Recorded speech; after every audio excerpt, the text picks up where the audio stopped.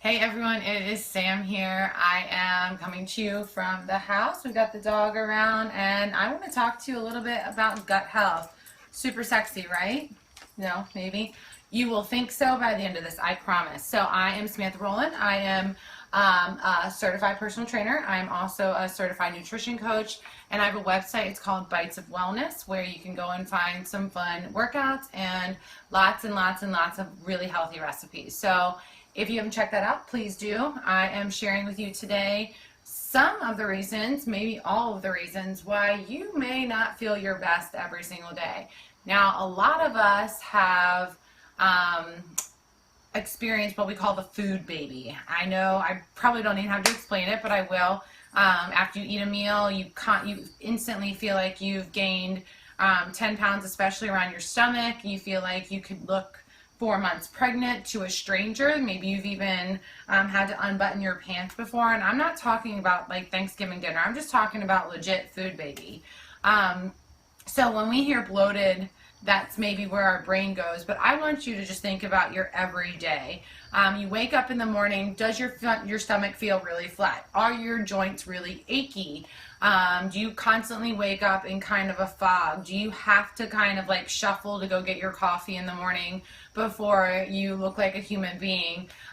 Do you constantly have stomach aches, trouble with the bathroom, acne as an adult, eczema outbreaks, or have you been diagnosed with autoimmune disease? If any of those things are what you normally deal with now as a grown-up, hashtag grown-up and adulting sucks, right?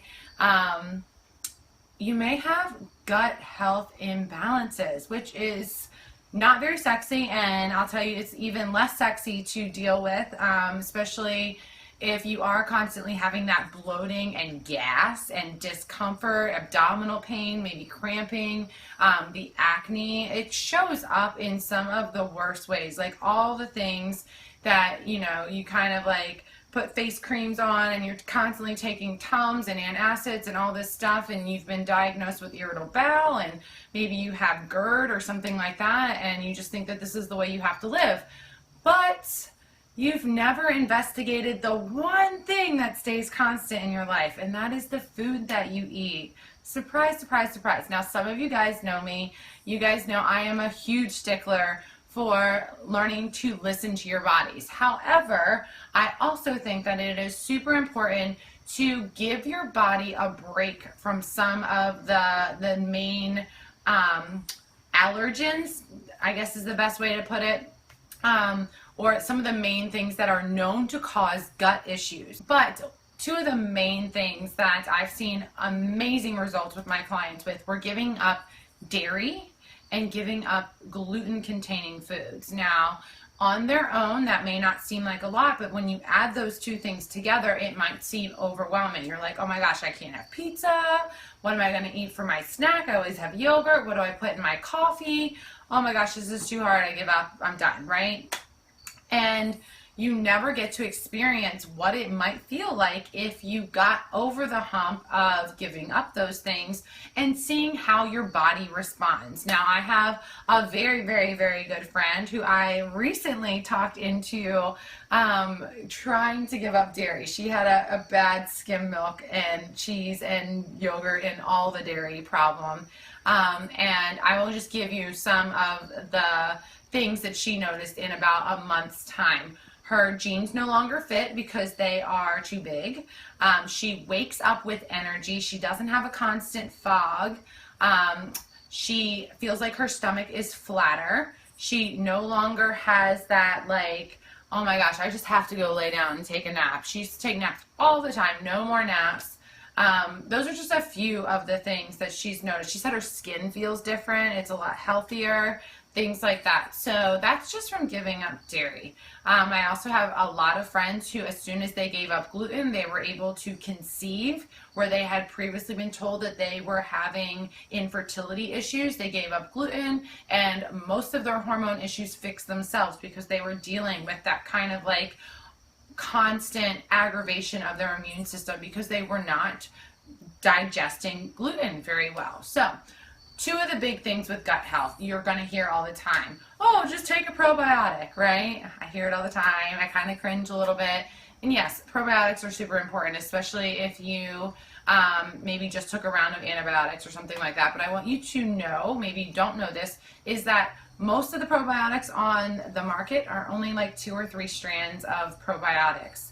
And your gut health, your bacteria in your gut, there's like millions of them. So if you're constantly taking the same probiotic every single day, you're just going to have 3 of those, really, whatever those 3 strands are, and then everything else, if that makes sense. It's not necessarily feeding all of the good bacteria that you want to have. So you can't just go with a probiotic.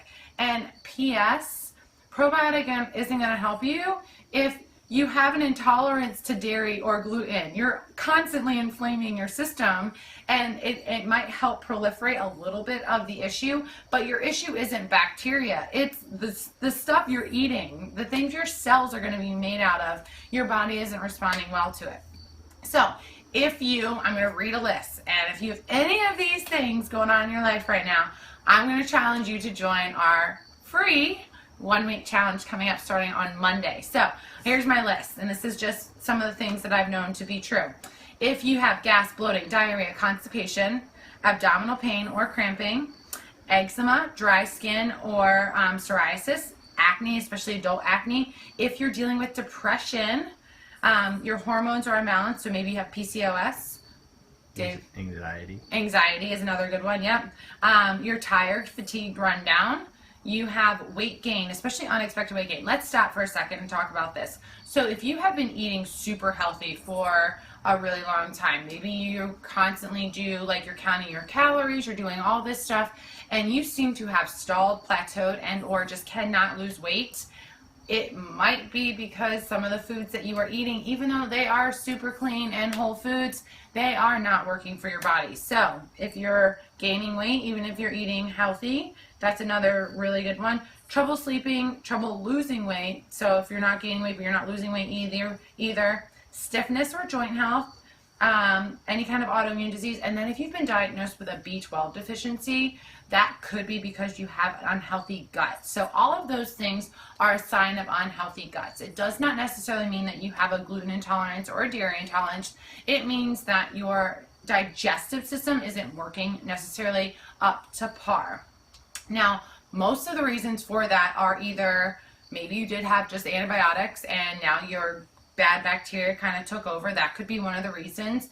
Another thing is that you might be intolerant to the food you're eating. You may not have a necessarily allergy where you have to get an EpiPen, but your stomach is not doing a good job of getting that food in. Here's where the problem lies, if that's your issue, is that our gut is responsible for breaking down all of our food and distributing to your body your vitamins and minerals. And if that isn't happening properly, you're going to be vitamin deficient. Once you're vitamin deficient, you are no longer going to be able to make serotonin in your gut to feel good, aka depression happens. You are not going to be able to get B12 to your body, so you go to a B12 deficiency. You may become iron deficient, magnesium deficient, craving chocolate all the time, all those things. This is because your gut is not necessarily working properly. Another reason why you might have a gut issue is because you have environmental toxins. So maybe the water you're drinking is too overloaded with some kind of chemical, chlorine, something like that, and it's causing you to have an issue. Another big reason is that you have chronic stress. Now, all those things I just listed, maybe you're like, nah. Ring, chronic stress. Almost everybody, everyone I talk to, we overextend ourselves, we don't rest enough, we don't take time for ourselves, we're constantly worried, anticipating, trying to get ahead of the game, all the things. That chronic stress can really run down your gut and run down your body. So that is another reason why you may not have a healthy gut, even though you eat really well. So let's talk. What are we going to do? I think the easiest place to start is to start looking at what you put in your diet every single day. So if you've done a dairy-free challenge and you went completely dairy-free for like 2 or 3 weeks and nothing changed, maybe that's not the issue. Same thing with gluten. But most of you because I've spoken with so many of you, have always had a, but I had this going on, but I had this, I went 2 days and then this happened. So I'm going to challenge you to do a gluten-free, dairy-free challenge and to hopefully get to see you start seeing those results. My biggest goal is that I want to spread health. That is my goal. That is what makes me so very happy when I hear people like my friend come and tell me, I didn't want you to be right, but you are, and now I feel amazing, and it is the best feeling in the world. So if you don't mind sharing this with your friends, I would be very, very grateful. If you have any questions at all, you can always comment on this and I will always answer them.